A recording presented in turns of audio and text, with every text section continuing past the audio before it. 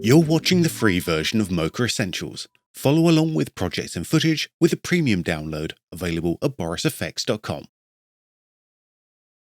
Welcome back to exercise 4 and the last part of more tracking techniques, where we look at one of the most powerful techniques for dealing with objects that go off screen or for dealing with longer camera moves like we see here. Okay, so let's stop the playback here. So the thing that I want to do is I want to add in something along the wall here. So let's just create up a little shape, just as we would do normally. So this is good. Yeah, I'm not going to really overthink this too much. And let's set up our surface. So I'm going to bring this to the edges of the brickwork. Brickwork is a great way of making sure that our surface is in the right place. There we go. Bring that around about there. That's looking pretty good. Okay, so let's insert a clip and we will insert our logo. Okay, so far everything is exactly the same as normal. All right, let's try tracking this one backwards. So I'm going to go here. What sort of motion is this going to be? Well, we've got a flat static surface, a solid surface, a wall. It's moving and rotating around in 3D. So we're going to be using perspective. Okay, let's track this backwards, see what we get. And so far, so good. The problem is, of course, going to be when the object moves off screen. And it holds on for as long as it possibly can, and then it pops off. Now here, it's probably done enough.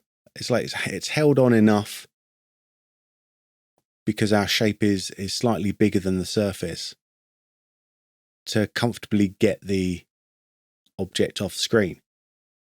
So this seems to work fine, but there is some concern about kind of having to chase your tail a little bit.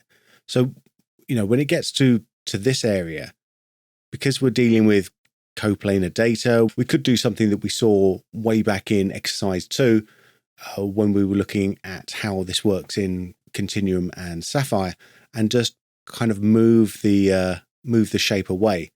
So when we track back, because this is a co-planar area, that's going to still work out for us. And that's one way of doing it, but sometimes you run the risk of changing things so it's not 100% coplanar and you get a slight kind of change of movement because of it. So let's get rid of this. Let's just delete that there. I'm going to show you another easier way of dealing with this type of shot. So I'm going to do relatively the same sort of shape again. And we'll put we'll put the surface in relatively the same area as well. I think it's around about there. I'm not going to fill it with a logo this time, but I am going to use the grid. Okay, let's look over at the track motion options again. So we know we want to track in perspective, and we're going to come down here a little bit and see this link to track. We use this in exercise 2 to link a mask to an already tracked object. So link another layer to an already tracked layer. What we can also do is we can set this link to track to none.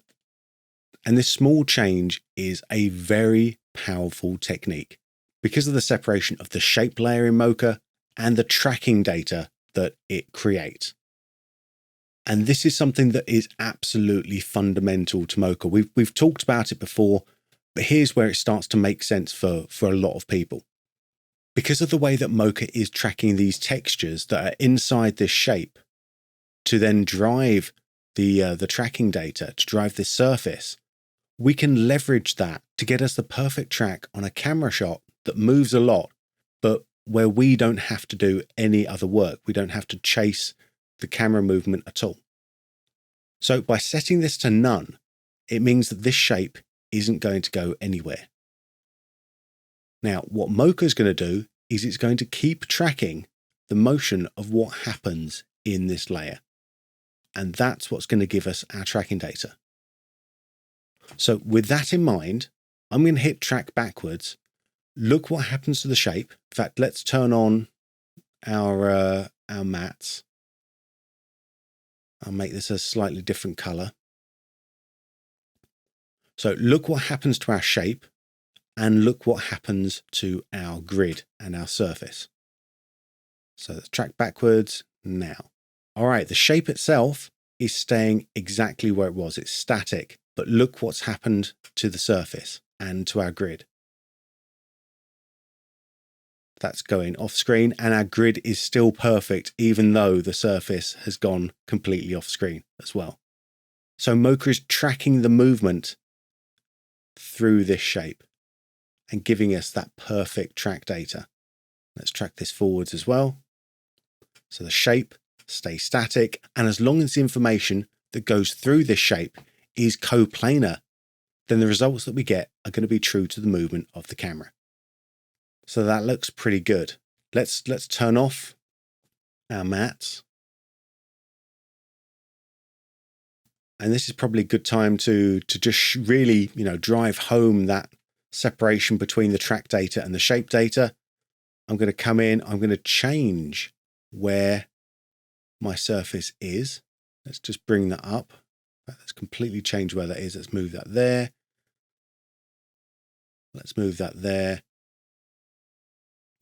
Did not want to rotate that, but let's move that corner point down here and extend it out a bit more. Now I'm going to insert my logo. Let's turn off visibility on the layer and on the grid. And let's see what happens. As we play that through, that's looking good even now when we've moved the surface in, because that tracking data we have is so solid for this entire plane. We can easily move where our logo is on that plane and still have a great result. By having our layer selected, coming into link to track, setting that to none, we unlink the shape from the tracking that it provides, and we get a really useful technique for dealing with these longer continuous camera movements. That brings us to the end of exercise 4, more tracking techniques. In exercise 5, we're going to be looking at how we start to use this tracking data. Up till now, we've been focused on how we generate up perfect track data. In the next exercise, we look at some of the ways and differences in how we can use it. So join me in exercise 5, the right way to use tracking data. You've been watching the free version of Mocha Essentials.